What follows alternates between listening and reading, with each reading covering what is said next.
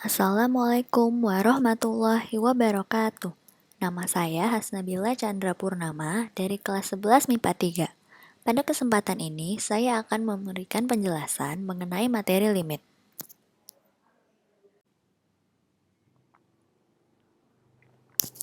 Sebelum memulai, saya akan menjelaskan apa yang dimaksud dengan limit.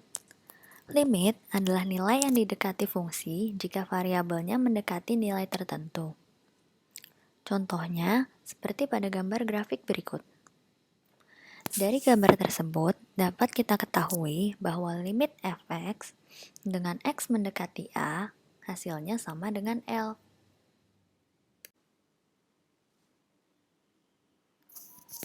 Nah, sekarang kita akan membahas mengenai eksistensi limit.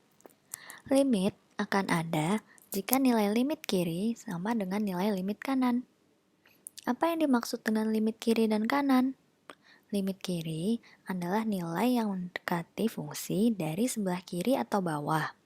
Sedangkan limit kanan adalah nilai yang mendekati fungsi dari sebelah kanan atau atas.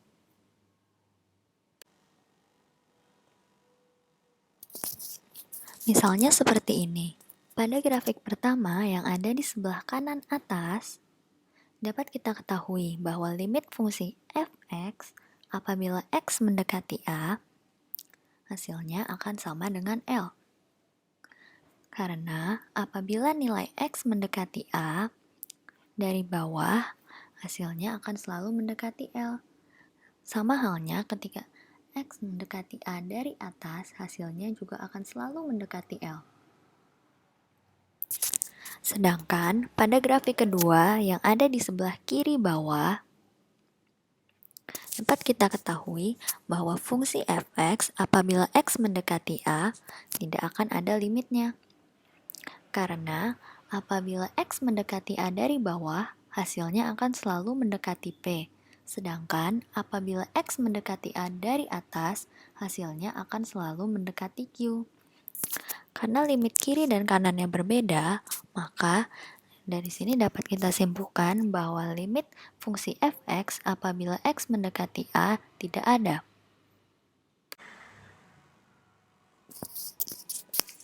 Selanjutnya, saya akan menjelaskan teorema limit.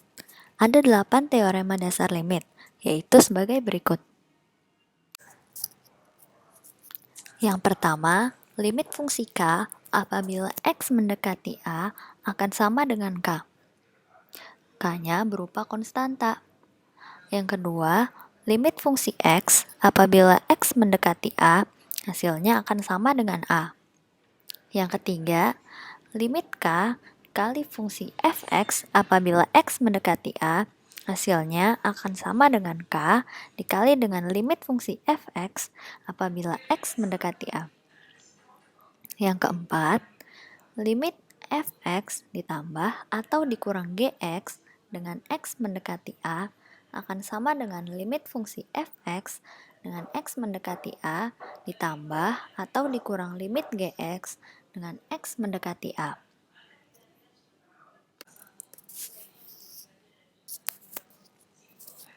Selanjutnya adalah teorema yang kelima.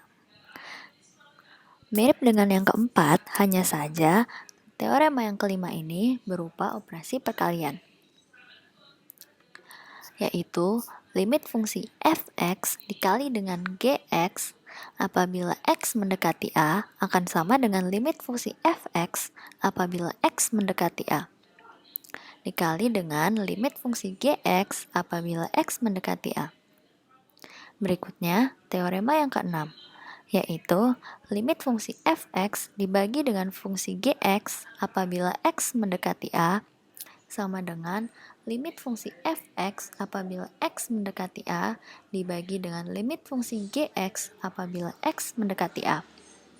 Dengan syarat, limit fungsi gx apabila x mendekati A tidak sama dengan 0, karena penyebutnya tidak boleh 0.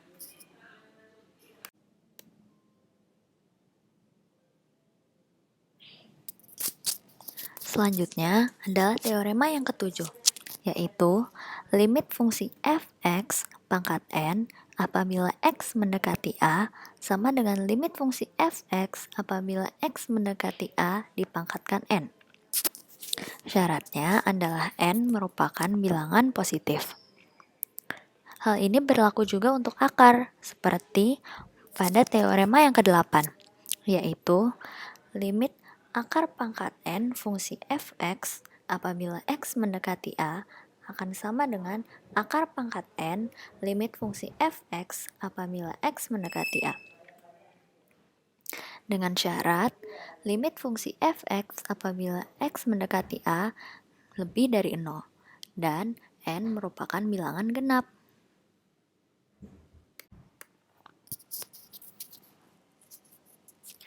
Berikutnya, saya akan memberikan contoh penyelesaian limit.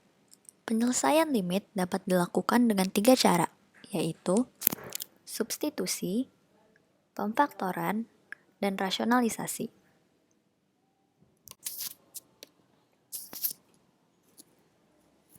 Pertama-tama, saya akan menjelaskan cara substitusi. Cara mengerjakannya adalah dengan mensubstitusikan nilai yang didekati X ke dalam fungsi. Berikut adalah contoh soalnya. Limit fungsi X kuadrat dikurang 2X dibagi 3X dengan X mendekati 2 sama dengan cara mengerjakannya dengan mensubstitusikan 2 ke dalam fungsi sehingga didapat 2 kuadrat dikurang 2 dikali 2 dibagi 3 dikali 2. Setelah dioperasikan, didapatkanlah 4 dikurang 4 dibagi 6. Selanjutnya, dari 4 kurang 4 dibagi 6, didapatkanlah 0/6 atau sama dengan 0. Oleh karena itu, limit fungsi X kuadrat kurang 2X dibagi 3X dengan X mendekati 2 sama dengan 0.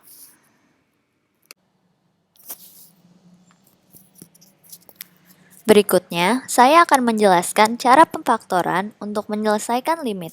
Cara ini biasanya digunakan saat melakukan cara substitusi dan dihasilkan angka yang berbentuk tidak tentu, seperti 0,0, infinite per infinite, 0 pangkat infinite, dan sebagainya.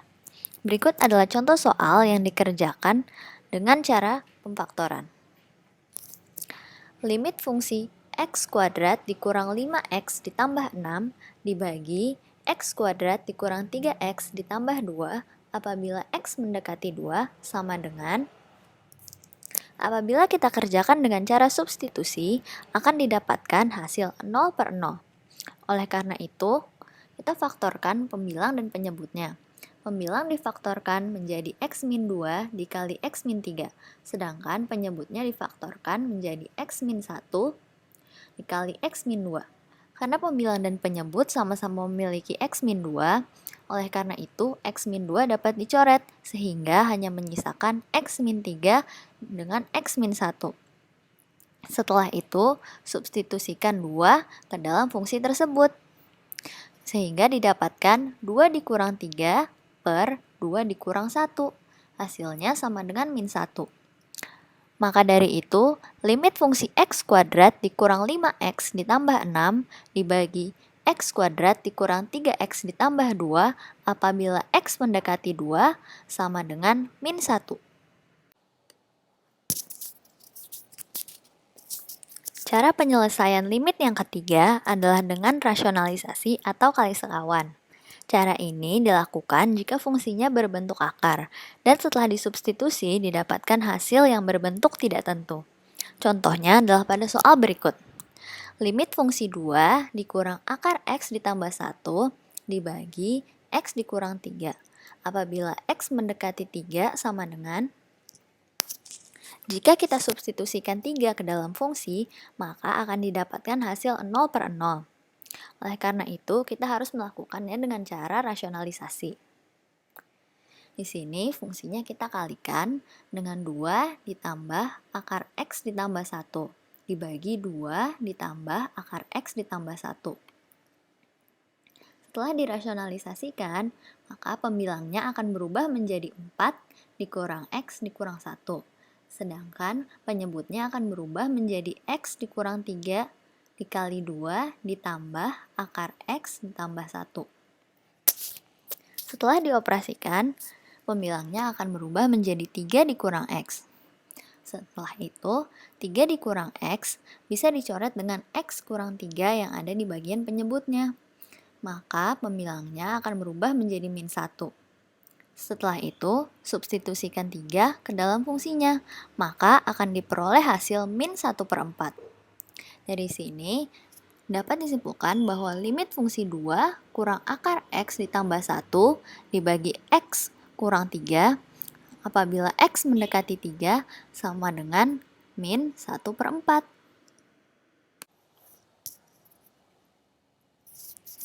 Setelah penjelasan cara penyelesaian limit, sekarang saya akan menjelaskan penerapan limit dalam kehidupan. Yang pertama adalah saat lomba lari. Ketika seorang pelari berusaha menyejajarkan posisi pelari lain yang ada di depannya, namun ia hanya dapat mendekatinya dan tidak mampu berada dalam posisi yang sejajar. Hal ini terjadi karena pelari tersebut memiliki limit. Limitnya merupakan pelari yang ada di depannya. Yang kedua adalah pada alat pendeteksi detak jantung atau ECG. Grafik ECG selalu menunjukkan naik turunnya detak jantung dan tidak pernah mendekati garis yang ada di tengah, karena garis yang ada di tengah tersebut merupakan limit, di mana pada saat itu detak jantungnya berhenti.